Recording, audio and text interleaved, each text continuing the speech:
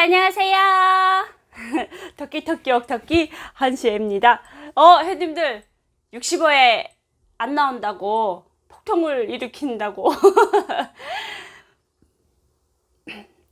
은영진님들께서 억터키씨 이렇게 하시면 안 됩니다 막 이러면서 전쟁이 일어나겠습니다 막 이러시던데 제가 65회를 못 올린 이유는 원래는 이전에 한 달 전에 벌써 65회가 만들어졌었습니다. 근데 그 65회가 저 같은 경우는 편집 이런 거는 이제 현빈이 해주거든요. 예, 신랑이 해주는데 신랑이 이제 보다가 야, 이건 좀 아닌 것 같아.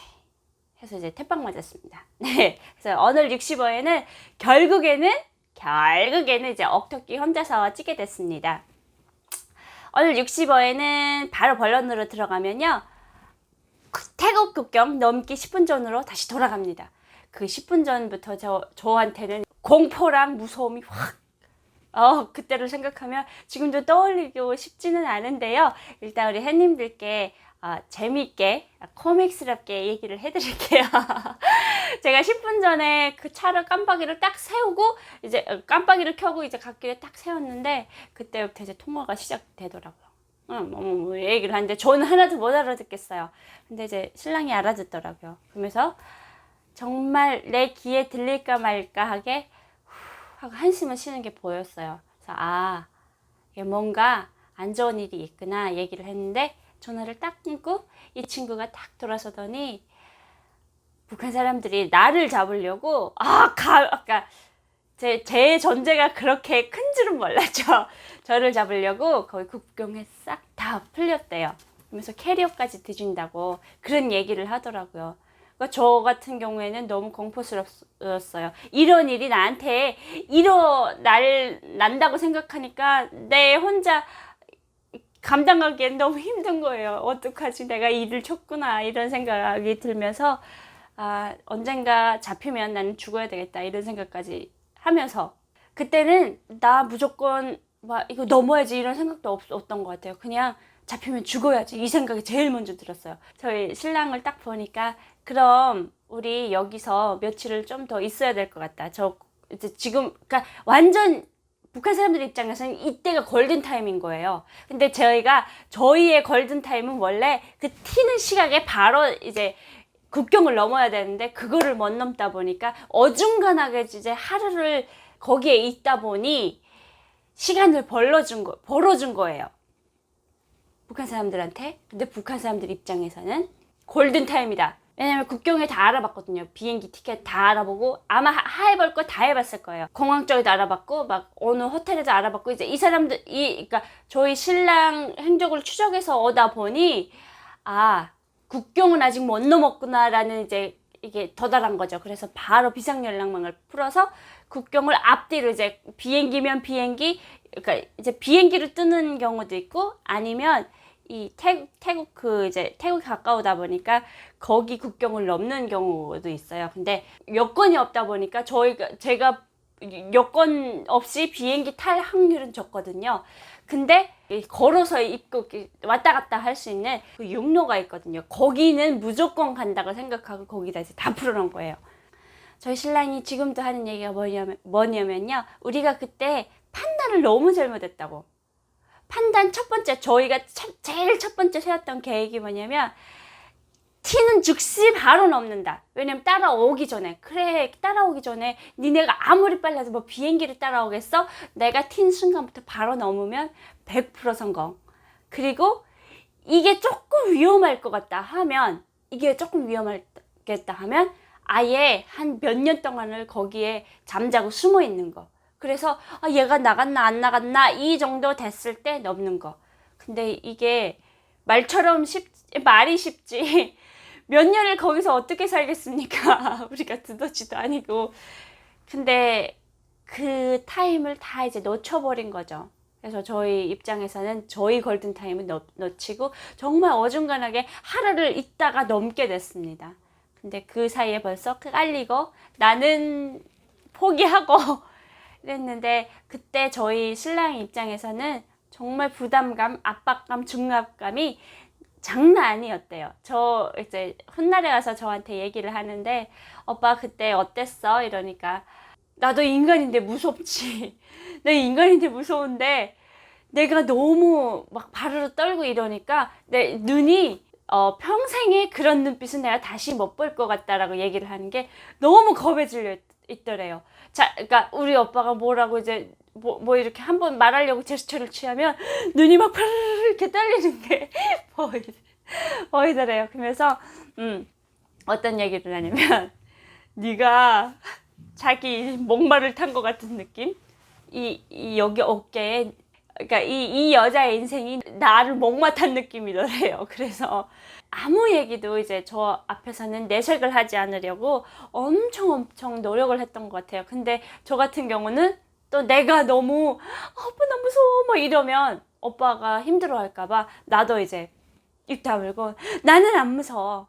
네, 일단은 뭔가 보험이라도 들어야 될 거 아니에요. 그래서 이제 계속 독약을 손에 쥐고 내가 이거 언제든지 마셔버린다라고 생각을 하고 이제 그런 준비는 하고 있었죠. 마음속 준비는. 언젠가 네가 니놈들이 보이부가 나를 잡으러 오면 나는 죽어버리겠다.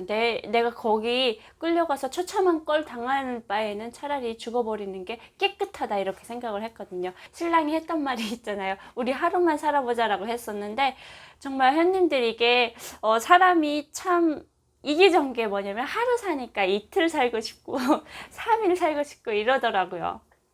이거는 너무 애절한 거예요. 진짜 애절하다고. 근데 제가 애절하다는 말을 되게 많이 그런 표현을 되게 많이 하는데요. 이게 간이 끊어져 나가는 그 아픔이 제일 아프대요. 사람 몸에서 그 고통을 느끼는 게 그런 표현인 것 같아요. 정말 너무 아팠거든요. 거기서 이제 작전 회의를 하고 진짜 누구도 이제 누구도 알 수 없는 그런 숙박업소에 확 숨어버렸어요. 이게 또 마당발이시다 보니까 이제 저희를 도와주시는 분이 마당발이시다 보니까 제꼭 이제 그쪽 사람들이 이제 동원해서 그 통째로 그 숙박업소를 사 버리셨더라고요. 거기 저희만 있게. 그리고 옆 사람들 다 물리고 정말 조용하게 있으려고 하다 보니까 저 같은 경우는 그 숙박업소에 들어갔는데 창문을 못 열게 했어요. 창문을. 이 커튼을 못 열게. 무서워서 북한 사람이 밑에서 우리를 쳐다보는 것 같아가지고 못 열게 하고 불도 못 끄게 했어요. 불 못 끄게 한 이유가 오빠가 도망갈까봐. 나 놔두고 도망갈까봐 그게 너무 무서워가지고 계속 24시간 불을 켜놓고 창문을 막고 있으니까 시간이 가는지 안 가는지 세상이 돌아가는지 지구가 돌아가는지 하나도 모르겠는 거예요. 일단 그 시간만큼은 우리 둘에서 그 시간만큼 멈춘 거예요. 그때. 그래서 저희가 며칠을 있었을까요? 이렇게 얘기를 하는데 저는 거기에 100년을 있었다고 얘기를 합니다. 100년 같았어요. 저희가 4일을 있었거든요. 근데 한 1, 2, 3, 4 동안에는 하루가 25년 맞잡이였어요.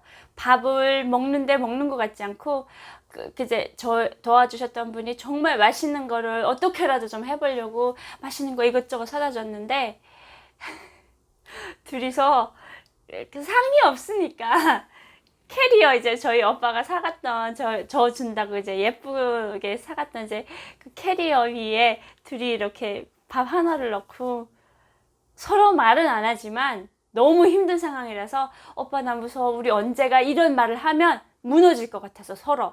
그래서 그냥 말 없이 계속 먹는 거예요. 투벅투벅. 살려고 꾸역꾸역 집어넣는 거예요.